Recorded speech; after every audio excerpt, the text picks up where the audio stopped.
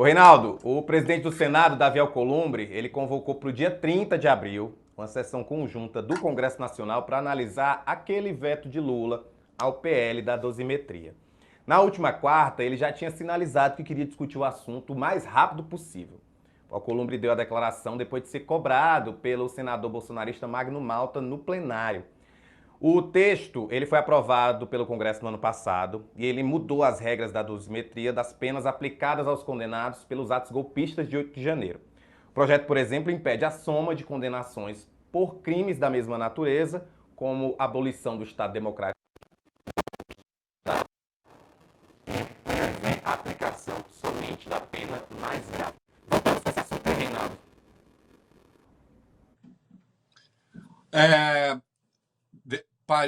Parei de te ouvir.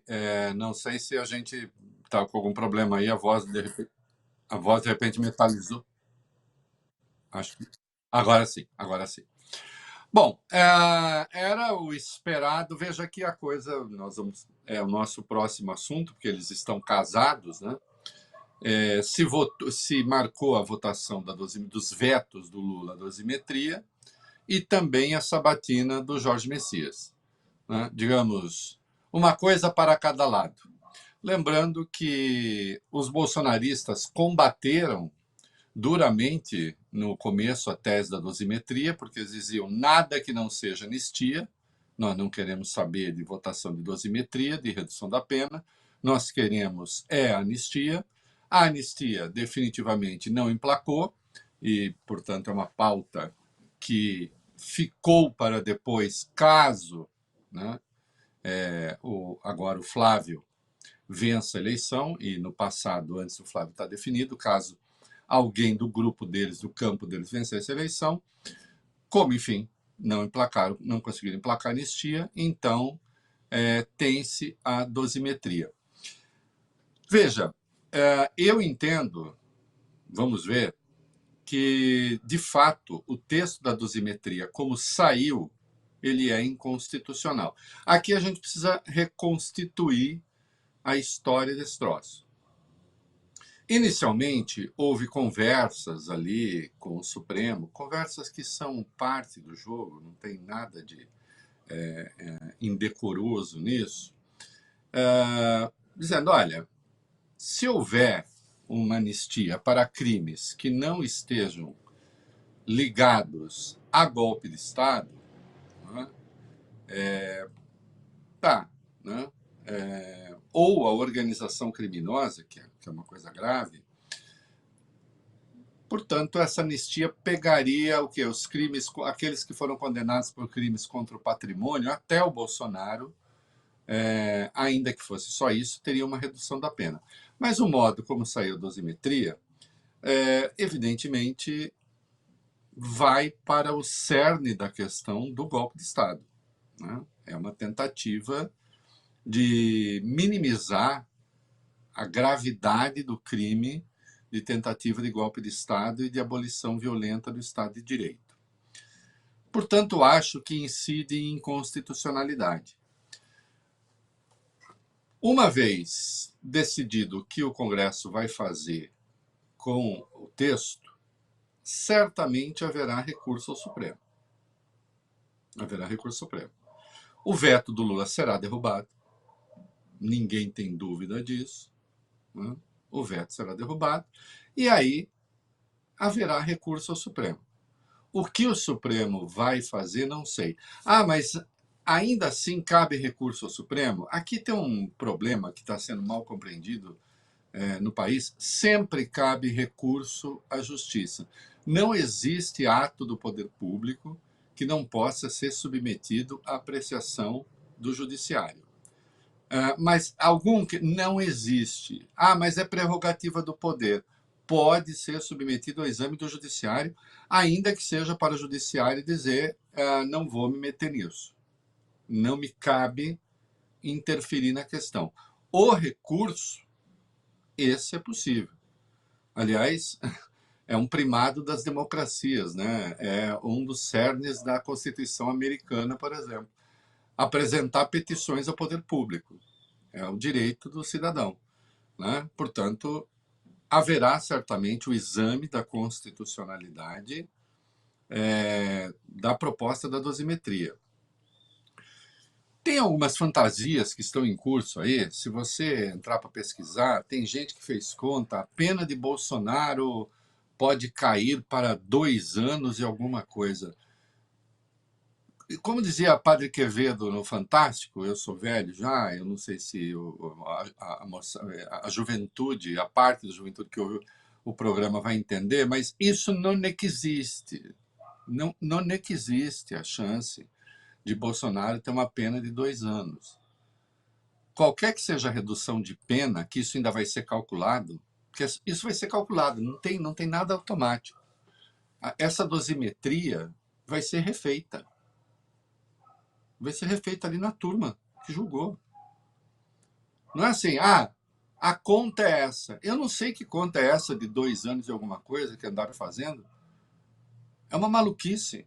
Porque, por exemplo, crime de golpe de Estado e crime de abolição violenta do Estado de Direito, considerados crimes de mesma natureza, conexos, então vai a pena mais grave, a mais gravosa.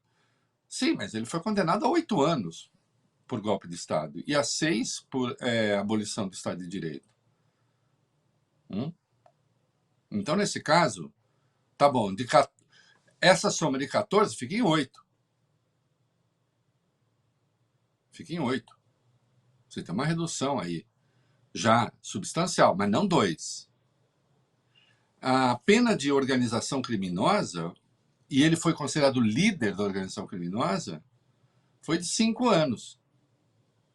Que haja uma redução aí, eliminação da pena não haverá. Eliminação não haverá. Né?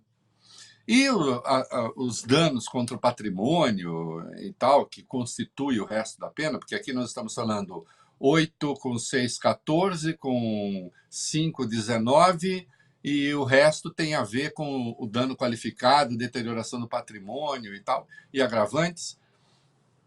Então, note, sei lá, a pena total dele, considerando a detenção, porque tem uma discriminação entre a prisão e a detenção, da ordem de 27 anos, não dá para chutar quanto vai ser, mas que caia pela metade, que caia a 1/3, você está falando de pena ainda em regime fechado. Que ele está, a que ele está sendo submetido em regime domiciliar. Mas, veja, é a forma do exercício da pena. O regime é o fechado. Por razão humanitária, essa pena está sendo cumprida em domicílio. Né? Então, a ideia de que Bolsonaro sairá livre, leve e solto disso, não houve anistia. Não foi anistia o que aconteceu. E já assim, eu considero que está se tentando uma espécie de abolicionismo penal para crimes de golpe de Estado. Né?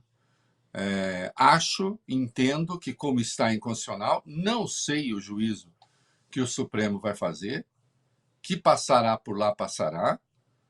Né? Acho que, no mérito, não se considerará inconstitucional, mas haverá o recálculo das penas. Né? E isso que se está fazendo por aí no joelho não vai triunfar. Então, se alguém está esperando, Bolsonaro vai sair da cadeia, isso está garantido. Não vai acontecer. Não vai acontecer. Pode tirar o cavalo da chuva. Né? Esquece. Né? Aliás, eu prometi ontem no meu programa que eu ia pesquisar a origem do tirar o cavalo da chuva. Não fiz, mas ainda vou fazer, porque eu queria entender por que alguém deixou o cavalo na chuva. Como se fosse esperança de alguma coisa, a não ser que seja esperança de fuga. Né? Deixa o cavalo ali preparado, como no Velho Oeste. Mas, enfim, não vai acontecer. Né? Bolsonaro, pronto, saio pela porta da frente de casa, não tenho mais prisão domiciliar porque se votou. Não. Vai haver um recálculo das penas. Né? Anistia, não.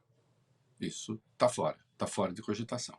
Né? Então é bom que isso fique claro, né?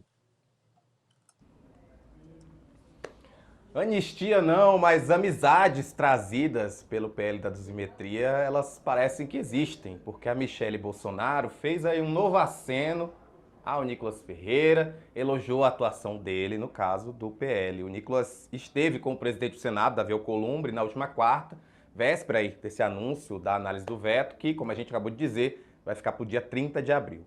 Depois desse agendamento, dessa sessão conjunta lá no Congresso, a Michele compartilhou um vídeo do Nicolas no Instagram e escreveu assim: que Deus te abençoe, grande Nicolas, obrigada. Reinaldo, o que é que significa então esse novo aceno de Michele Bolsonaro a Nicolas Ferreira? É a Michele e o Nicolas escrevendo a sua própria versão, né, de um clássico do Goethe, que são das afinidades eletivas, né?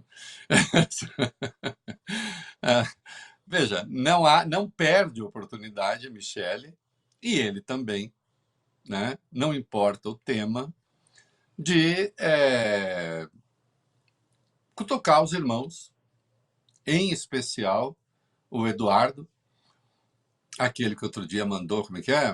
Olha, um abraço à minha madrasta, né? Ali, cheio de ironia, né? As divergências a gente cuida em casa e tal. Bom, o Nicolas fez, depois da coluna Prestes, você lembra que teve a coluna Nicolas, né? Aquela marcha do Nicolas, né? Do mártir Nicolas, que era pela anistia, mas também para votar a dosimetria. Em suma, ele resolveu, e é curioso, porque, embora o Flávio tenha participado de um pedaço ali, né, tenha aparecido, e outros bolsonaristas do núcleo duro do bolsonarismo, mas o fato é que, quando o Nicolas fez isso, ele se apropriou da causa, né? Ele se meteu na causa. E isso incomodou demais os bolsonaros, em especial o Eduardo, né? Porque, embora eles considerem que o Nicolas faça o jogo do eu sozinho, e faz também, né? Você sabe que, como diria Augusto dos Anjos, né? O homem que vive entre feras aprende a ser fera, não é? O Nicolas, ele foi criado, ele existe nesse ambiente, nesse meio ambiente.